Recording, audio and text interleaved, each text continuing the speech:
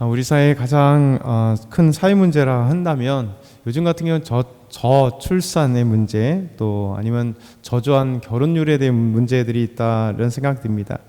그래도 감사하게 올해는 이제 결혼율이라든가 출산율이 조금씩 상향되고 올라가는 것 때문에 반가운 소식이 들리게 되는데, 이게 출산을 많이 해야 되고 또 결혼을 많이 하는 것들이 참 사회에 기쁜 일인 것 같아요. 그래서 우리가 모두가 이제 결혼하기 전에는 사랑을 하잖아요. 사랑을 하기 때문에 결혼하는 것이고, 그래서 한 가정을 꾸미고 함께 살아가는 것. 그래서 계속해서 아웅다웅 살아가고 사랑하면서 이게 사랑하는 것이 참 좋은 것 같아요. 그러니까 누구나 결혼하기 전에 이혼을 꿈꾸는 사람은 없잖아요. 우리는 반드시 이혼하기 위해서 결혼한다, 싸우면서 결혼한다, 뭐 이런 얘기는 없지. 정말 이게 사랑하기 때문에 어찌됐든 간에 한 남자와 한 여자가 서로 사랑하고 함께 가정을 꾸면서 또 하나님께서 허락하신 또 자녀를 또 주시면 또 자녀를 낳고 행복한 가정이 되기를 원하는 겁니다. 그런데 요즘에 이제 이혼율이 점점 증가하다 보니까 사회에 너무나 이혼이 이제 너무 많아요. 한 가정 건너서 한 알 정도 있을 정도로 어느 순간에 이혼율이 너무 많이 되어버렸습니다.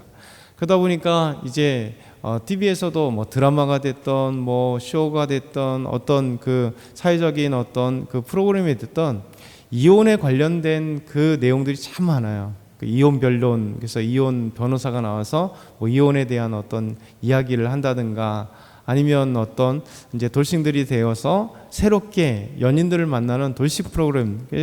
그래서 요즘에 이제 돌싱 전성 시대가 된 것 같아요. 마치 너무 좋은 것 같이 보이잖아요. 이혼했는데 새로운 여자를 만나고 새로운 남자를 만나서 멋진 인생을 꿈꾸는 그런 돌싱 프로그램들이, 데이트 프로그램들이 너무 많이 나와서 마치 이혼하는 것이 너무 좋은 것처럼 이렇게 생각될 때가 있습니다.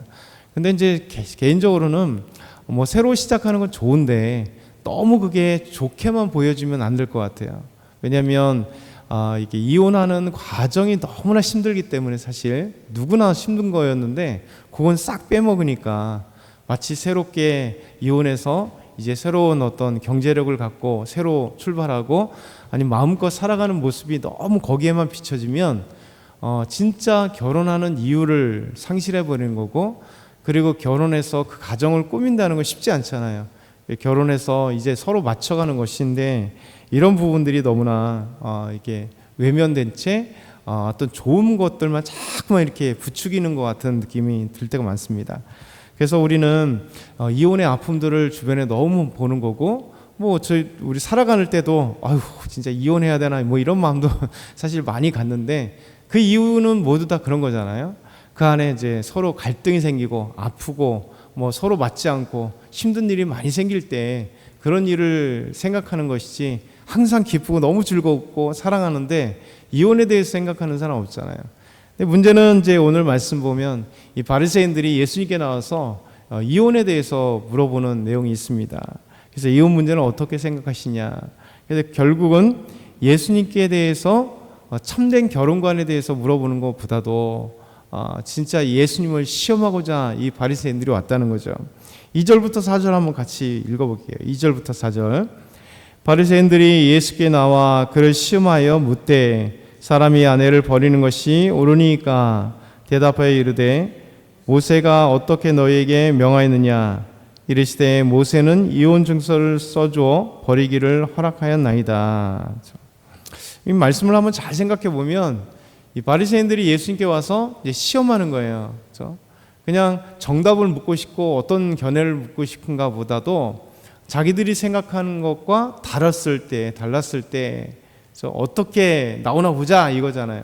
시험하려고 왔습니다. 사람이 아내를 버리는 것이 옳으니까 이제 이혼 문제에 대해서. 근데 이제 잘 생각해 보면 이게 질문이 좀 이상하잖아요. 이혼이긴 이혼인데 사람이 아내를 버리는 것이 옳으냐, 버리는 것이 옳으냐, 여기에 초점이 맞춰 있는 거예요. 근데 당시에 관례였죠. 사실 우리나라도 얼마 전까지 이런 부분인 거예요. 항상 남성 중심이잖아요. 그렇죠? 우리 집사님들이 다 여성이지만 우리 사회가 거의 남성 중심으로 지금까지 왔잖아요. 전 세계도 마찬가지입니다.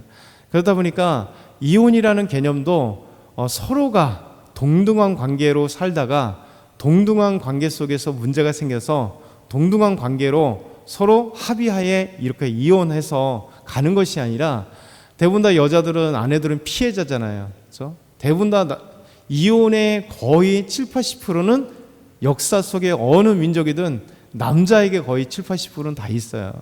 그렇죠? 남자가 문제가 생기고 외도를 한다든가, 남자가 어떤 그 아내를 되게 이렇게 폭행을 하거나 정말 힘들게 하거나, 뭐 대부분 다 남자의 문제인데, 그러나 항상 이혼은 남성 위주라서 여성을 버려버리는 거죠. 아내를 쫓아버리는가, 애를, 우리나라도 그렇죠. 옛날에 아기를 못 낳고, 특별히 사내를 못 낳으면 뭐 쫓아낸다든가, 새로 어떤 첩을 둔다든가, 뭐 이런 식의 남성의 중심, 남성 우월의 모습이 있다는 거죠. 오늘 말씀도 보면 바리새인들이 예수님께 이게 시험의 조건이 뭐냐면, 한 남자가 아내를 버리는 것이 옳으냐, 버리는 것이. 그렇죠? 이혼의 동등 개념이 아니라 그냥 버리는 거예요. 이 문제에 대해서 예수님께서 말씀하십니다. 그러면 너희들은 어떻게 생각하냐는 거죠. 모세는 어떻게 말씀했냐. 그러니까 율법은 어땠냐 그랬더니, 모세는 이혼 증서를 써서 주어 저 아내를 떠나보기를 얘기했습니다. 그러니까 정당화하는 거죠. 이혼이 된다고 얘기했습니다 라고 얘기하는 거죠. 이 말씀은요, 신명기 24장의 말씀입니다. 신명기 24장에 이혼에 관련된 말씀이 있습니다. 그러니까 신명기 24장 1절에 아주 중요한 말씀이 있는데, 사람이 아내를 맞이하여 데려온 후에 그에게 수치되는 일이 있음을 발견하고 그를 기뻐하지 아니하면 이혼 증서를 써서 그 손에 주고 그를 자기 집에 내보낼 것이요. 그러니까 결혼하여 왔는데 아내에게 흠결의 문제가 있었다는 거죠. 수치되는 일이 발견되면 아내에게 이혼 증서를 써서 자기 친정에 보내준다, 이런 얘기를 하는 겁니다.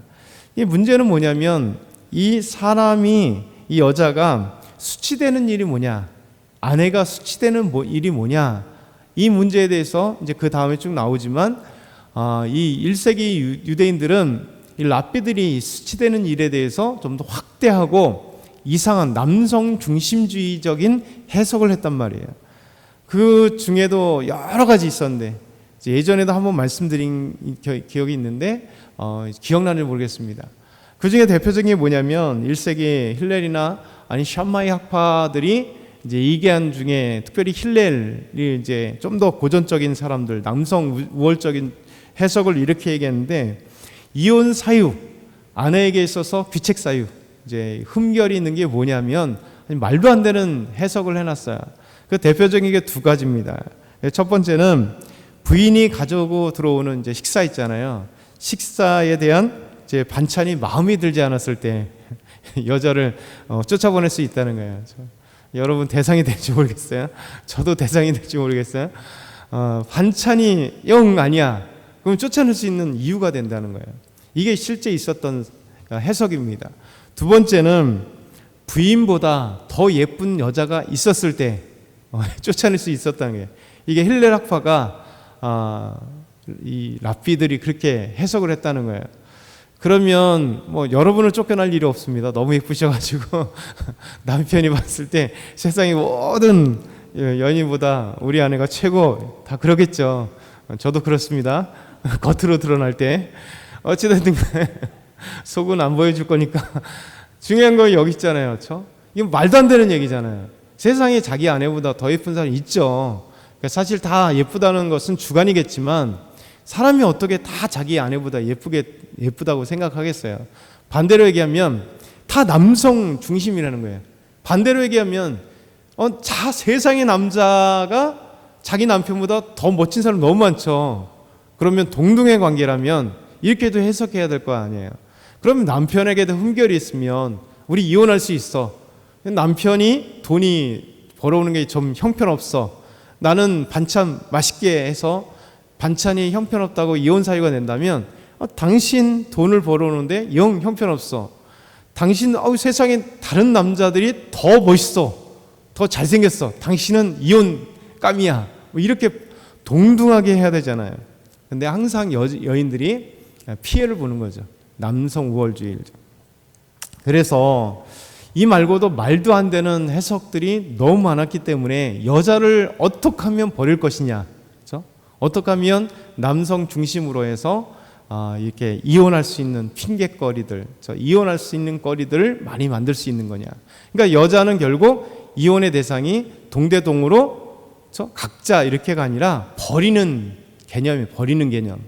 그러니까 여기서도 한 남자가 아내를 버린다 이런 얘기예요. 버리면. 그렇죠? 근데 그래서 이혼 정서를 썼다는 거죠. 그래서 예수님께서 말씀하시기를, 그렇죠? 예수님의 결혼관이 무엇인가? 그리고 그 당시에 이 바리새인들이 들고 나왔었던 이 여인의 귀책 사유, 그렇죠? 이혼할 수 있는, 버릴 수 있는 이 사유가 문제점을 갖고 있다, 이렇게 말씀하고 있는 거죠. 그래서 5절부터 9절 한번 볼까요?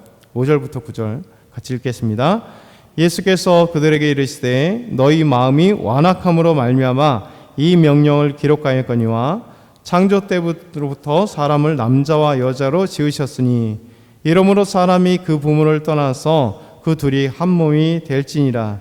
이러한즉 이제 둘이 아니요 한 몸이니 그러므로 하나님이 짝지어 주신 것을 사람이 나누지 못할지니라 하시더라. 아멘. 창세기 말씀이고 우리 결혼식 때 많이 주례사로 들리는 말씀입니다.